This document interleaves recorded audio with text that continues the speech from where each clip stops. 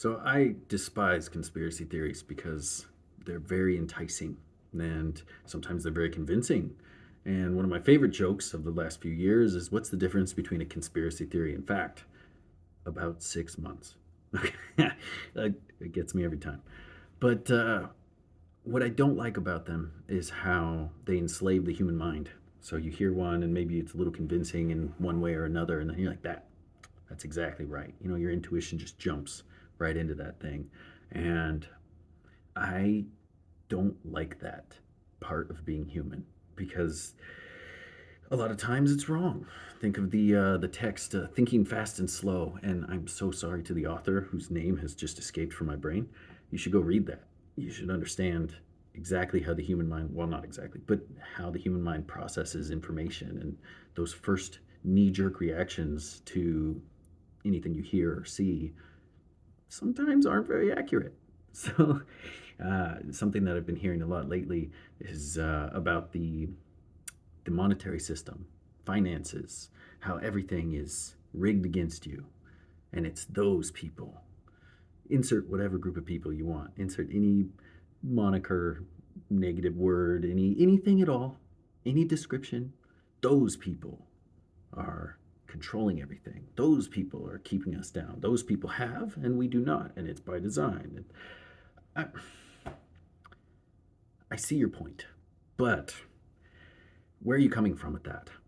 Are you saying that that is some grand scheme behind everything? Are you saying that this is thousands of years in design and now they're just about to win the game of financial chess against the whole world? Maybe, maybe. But if I'm going to take your claims seriously, which I don't, uh, I can think of a few logical counters to that kind of thinking, and maybe I'm wrong. But I don't see it that way.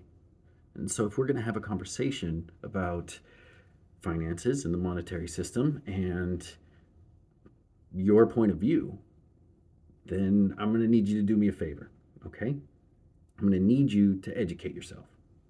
You're going to have to read the same things I've read so we can actually have a conversation, okay? And when we have that conversation, we'll both have the same materials and you can try to convince me that your viewpoint is right. But until you've consumed the same stuff and been able to process it for a while, we're going to be having two very different conversations. I'm going to be coming from a place of knowing ABC, and you're going to know DEF, and we're not going to be able to speak. So, I want you to do something for me. I want you to look up the book Broken Money by Lynn Alden. Okay? We're going to start here. They give a great explanation for the history of money, economics, how it all kind of came to be in a way. It gives you the backstory, the history, and how we got to this place. Decisions that have been made in the past. Gosh, what was the time frame of that book? It's very long. So you're probably more familiar with the last 50 years. Sure, they cover that in that book, and the ramifications of all these decisions that have been made related to money. You should read that, Broken Money. I'll leave links down in the description after this is uploaded and everything for everything I mentioned in this video, okay? For another data point I want you to look at, I want you to go to WTFhappened in 1971.com, okay? That provides another perspective on how we've gotten to this place, okay? Those two sources of information will help paint a picture for you of why everything works the way it does right now and what is going on monetarily. And are those XYZ people really ruling everything? Maybe, maybe. So from there, I also want you to read The Creature from Jekyll Island, okay? Who wrote that? That was G. Edward Griffin. Um, Go get a copy, okay? It's kind of a long read.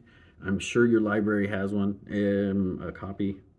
If they don't, just get the book, read it. It's worth your time. You need to understand what happened on December 23rd, 1913. How did that impact the economy of the US and the entire globe? How's it impacting us now? Could be important. Maybe it could tell you a few things. And once you've done that, we're going to go even further back in time, okay? Last one, I promise. We're going to go back in time, and your mind is going to be blown, okay? You're going to read this guy named Richard Cantillon, Okay? He was born in 1680. He died in 1734.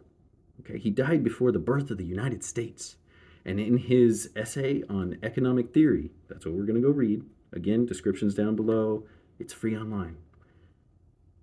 It's crazy how reading that, it describes everything that's happening now. The economic forces at play in our world are well understood. They're well studied.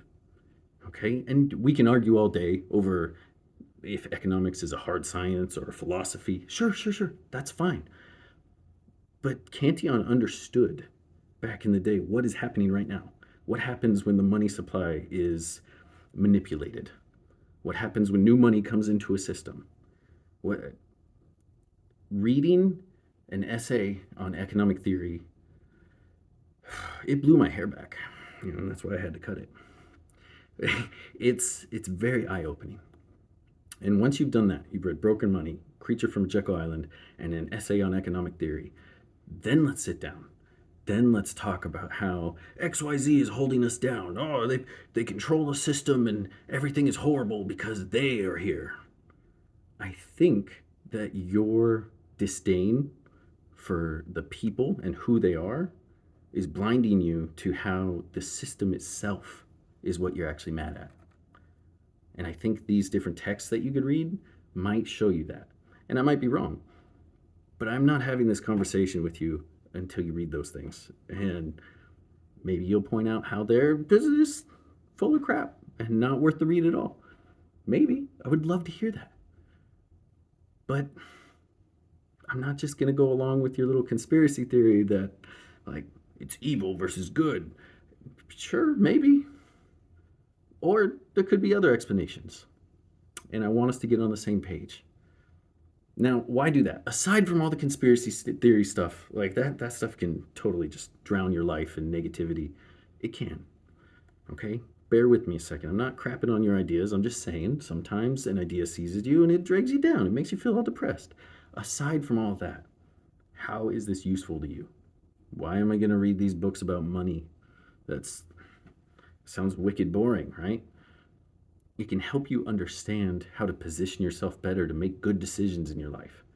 So the way I think about it is like a baseball game, right? In a baseball game, there's rules. You're playing in a specific place by a specific rule set. And when you understand how money works, how economies of scale work, how all of that interacts, you get to be the baseball player instead of the ball.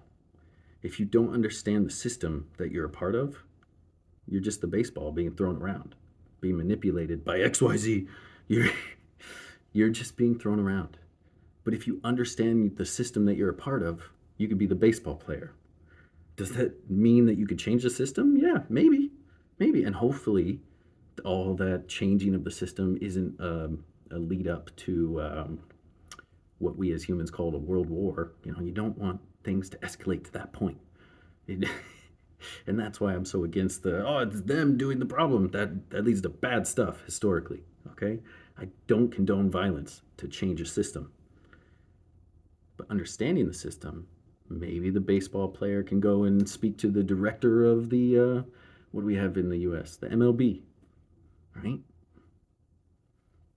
Maybe they can position themselves to play pitcher instead of left field because that's their favorite position. Whatever it is, you can learn how to interact with that system.